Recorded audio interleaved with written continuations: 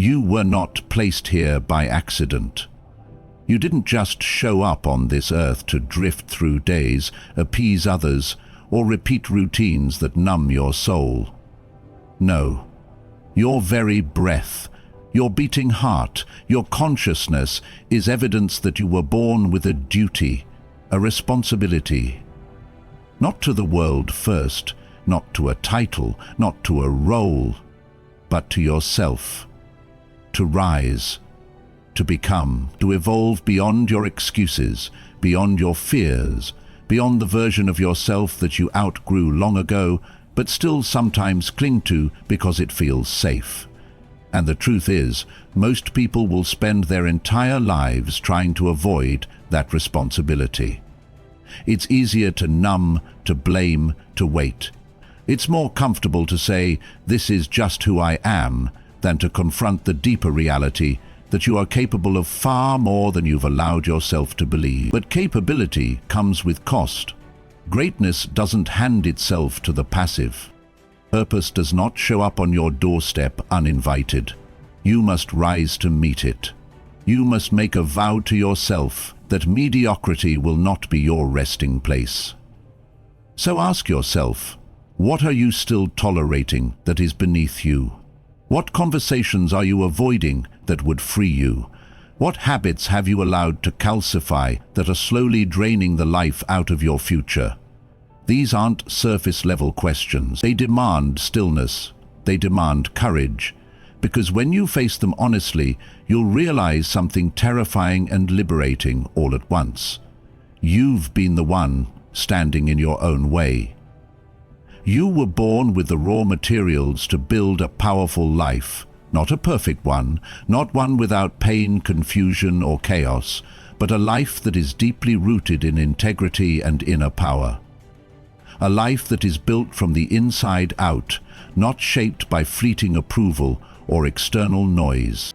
But to access that life, you must rise.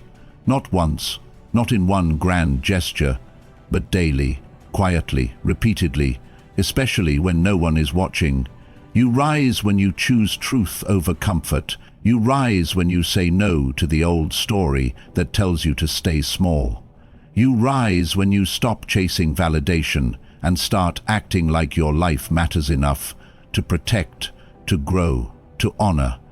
And you rise every time you silence the voice in your head that says, "Maybe later," and replace it with, "Now matters." The world will try to distract you from that duty. It will pull you into drama, into division, into disconnection from yourself. It will celebrate your exhaustion while calling it ambition. It will praise your people-pleasing while watching you burn out. Don't fall for it.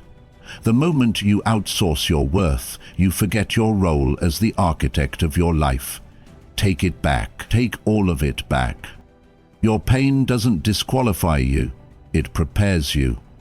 Your past doesn't define you, it trains you. Your failures aren't chains, they're chisels. Each time life knocks you down, you are being invited to rise again, stronger, wiser, sharper. Not in spite of what broke you, but because of it. And maybe no one taught you this. Maybe no one ever looked you in the eye and said, "You matter. Your rise matters." So let me say it clearly now. You are not here to live below your potential. You are not here to numb your way through existence. You are not here to stay silent when your soul is screaming to be heard. You are here to show up fully, relentlessly, and unapologetically as the person you were always meant to become. You owe that to yourself. Not tomorrow, not when it's easier, not when others approve, now. Because now is all you've ever had, and your duty to rise has been waiting for you to say yes. You don't wake up one day filled with regret because of what others did to you. You wake up with regret because of the moments you betrayed yourself, the times you knew better but didn't act, the times your intuition whispered, "This isn't right," and you silenced it to keep the peace, the moments you swallowed your voice, your values, your truth, just to avoid discomfort. That is the beginning of self-abandonment. And the more you do it, the further you drift from the person you were born to become. You see, regret is not built in grand failures. It's built in the thousands of silent choices where you knew what you needed and ignored it. You knew the relationship was draining your soul, but you stayed. You knew the job was killing your spirit, but you kept showing up. You knew what you truly wanted, but you told yourself, "I'll get to it later." That's how it starts, quiet, subtle, reasonable, until one day you look in the mirror and you don't recognize who you've become. The most dangerous lie we tell ourselves is that we have time, that we can keep putting off our needs, our dreams, our standards, and we'll just somehow return to ourselves when it's more convenient. But you don't drift back into alignment. You don't accidentally fall into wholeness. That return requires fierce honesty and radical ownership. When you abandon yourself, you break a contract with the deepest part of you, and with every time you say yes when you mean no, every time you betray your own boundaries, every time you choose approval over authenticity, you chip away at your power. Not all at once, just enough that over time you forget what it felt like to live for yourself. And make no mistake, living for yourself is not selfish. It is sacred. It means making decisions from strength, not fear. It means being brutally clear on who you are and refusing to negotiate that identity just to be accepted. It means being loyal to your truth, even when it costs you comfort, popularity, or relationships. People will not always understand your commitment to yourself. Some will call it arrogance, others will call it rebellion. But the ones who truly respect you will recognize it for what it is: integrity. And when you live in integrity with yourself, you become magnetic, not because you're perfect, but because you're whole. Self-abandonment is subtle. It often wears the mask of being reasonable, polite, responsible, but make no mistake, it is spiritual neglect. You weren't meant to live a life of quiet resignation. You weren't designed to suppress your voice so others could stay comfortable. You weren't built to shrink, to bend, to become smaller than the vision life placed within you. There will always be people who benefit from your silence, from your self-sacrifice, from your inability to say enough. But at some point, you have to look around and ask, how many years have you given to lives that weren't yours? How many pieces of yourself have you handed over in the name of being agreeable? You cannot keep abandoning yourself and expect to build a life you're proud of. That pride, that peace, that power, they are reserved for those who choose themselves without apology. That doesn't mean you reject everyone else. It means you stop rejecting yourself. It takes courage to stop and say, this isn't working. I've been pretending for too long. I've been performing instead of living. I've been giving from emptiness. That moment of truth is not weakness. It's the beginning of reclamation.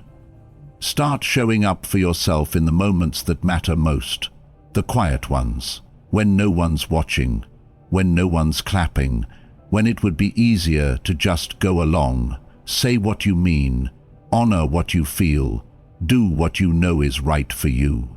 Because every time you do, you repair that inner contract. You rebuild the bridge back to your true self. And let me tell you something, that version of you, the one who speaks clearly, walks bravely, chooses peace over performance, that version has always been there, waiting, patient, ready.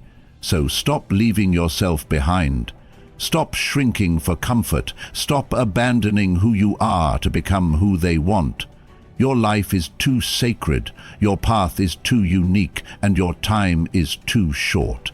Choose yourself every time, no matter what. There's a moment in every life when the silence gets loud, when the room is still and the noise of the world fades, and you're left alone with yourself. And in that moment, there's no distraction to save you, no hand to reach in, no one to bail you out of the discomfort. That moment, painful, humbling, even a little terrifying, is one of the greatest gifts life will ever give you. Because it's in that space, when you realize no one is coming, that something profound shifts. You stop waiting. You stop outsourcing your strength. You stop expecting someone to fix the mess, pull you from the fire, or fight your battles for you. That's when ownership begins, and with it a kind of power that no one can give you, because it's already yours.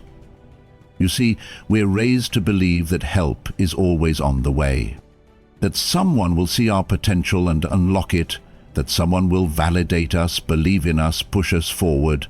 But if you've lived long enough, you know that often that help doesn't come, not because people don't care, but because it was never their job, it was yours. There's a brutal kind of freedom in realizing you're it. No backup, no rescue team, just you.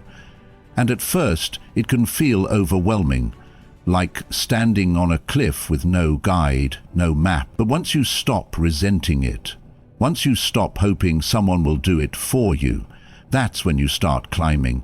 And yes, it's hard, but it's also pure, because everything you build from that place is real. Every inch of progress, every win, every step forward, it's yours. Not because someone gave it to you, but because you earned it in the dark, when no one was watching, when it was just you against yourself. We've become addicted to waiting. Waiting for the right time, waiting for the perfect mood, waiting for someone to see us, approve of us, invest in us. But the truth is, you're the one you've been waiting for. You are the rescuer. You are the path forward. And the moment you accept that, you become unstoppable. This isn't about isolation or rejecting support. It's about realizing that your transformation is an inside job. No mentor, no partner, no book or quote will change you unless you decide to act. Unless you say, "This is my life, my responsibility, my power." People will disappoint you. They'll misunderstand you. They'll leave you in moments when you thought they'd stay. And you'll be tempted to blame them, to say, if only they had been there. But that narrative is a trap, because it keeps you stuck, it keeps you small, it gives your power away. And when you reclaim that power, when you stop hoping to be saved and start becoming your own answer, that's when everything changes. You become dangerous in the best way. Focused, clear, relentless, not because life got easier, but because you got stronger. You learn to lead yourself. You learn to face the mirror and ask, what can I do today to move forward? Not who's going to do it for me. That shift, that mindset, that's freedom. Because now you're not waiting, you're moving, you're building, you're becoming. And here's the truth most people won't tell you. If someone did come and save you, they'd rob you of the very process that was meant to shape you. The pain, the pressure, the perseverance. That's what forges the real you. That's where you meet the version of yourself you've only glimpsed in dreams. The one who doesn't flinch in the fire. The one who leads, regardless of who follows. The one who knows, I've got me, always. There's nothing more powerful than a person who stops waiting and starts acting, not out of desperation, but out of clarity. Not because they've given up on others, but because they've finally stopped giving up on themselves. So stop waiting to be rescued. Stand up, take the weight, carry the mission, not because it's fair, not because it's easy, but because it's yours. No one is coming. And that's the gift. When people talk about discipline, they usually describe it like a punishment, like it's a burden, a chore, something heavy that you have to force yourself through, wake up early, eat clean, train hard, delay gratification. And while all of that is true, it misses the deeper truth. Discipline isn't just about doing hard things, it's about doing right things. For yourself, it's not a punishment. It's an act of profound self-respect. Every time you choose discipline, you're sending yourself a message that says, I matter, my future matters, my word matters. That's not just habit building, that's identity shaping. And identity, who you believe you are, that's the foundation of everything you'll ever build in your life. Discipline isn't about being perfect, it's about being committed. It's about doing what you said you'd do after the mood you said it in has passed. It's about protecting your energy from the cheap thrill of comfort and instead investing it into the currency of consistency. And that's what real strength is made of. Not intensity for a day, but devotion over time. You want to change your life? Then don't chase motivation, chase structure. Motivation is unreliable. It rises and falls like the tide. But discipline, that's the dam that holds your ground when everything else tries to pull you under. It's the reason you show up even when it's cold, even when you're tired, even when no one is clapping. You see, people think discipline is restriction, but it's not. It's freedom.